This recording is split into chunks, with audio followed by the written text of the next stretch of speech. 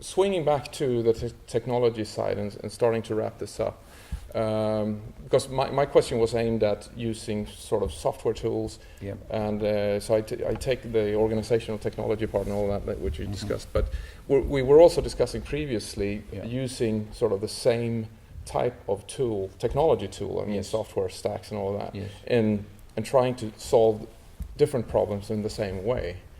So I mean, these projects are becoming mythical almost. They're so large they can consume a whole company. If you look at ERP systems, etc. So is that the way of the future, you think? Look, certainly technology's got a huge role to play, because as Doug and I would say all the time, that at the end of the day, visibility is important in supply chain. We need the right technology in place so we can see what's going on in the supply chain, so that we sitting in the control tower can make the right decisions along the way.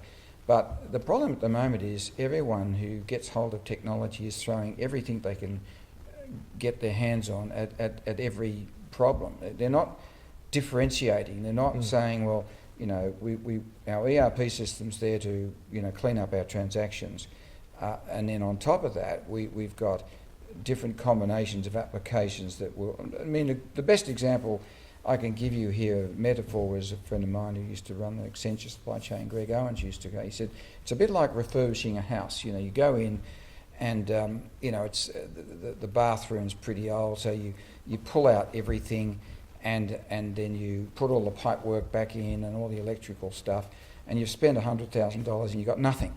Now, that's the ERP system. You got nothing till you put the basins in and the switches and the utilities that you can use on top of that pipe work and stuff.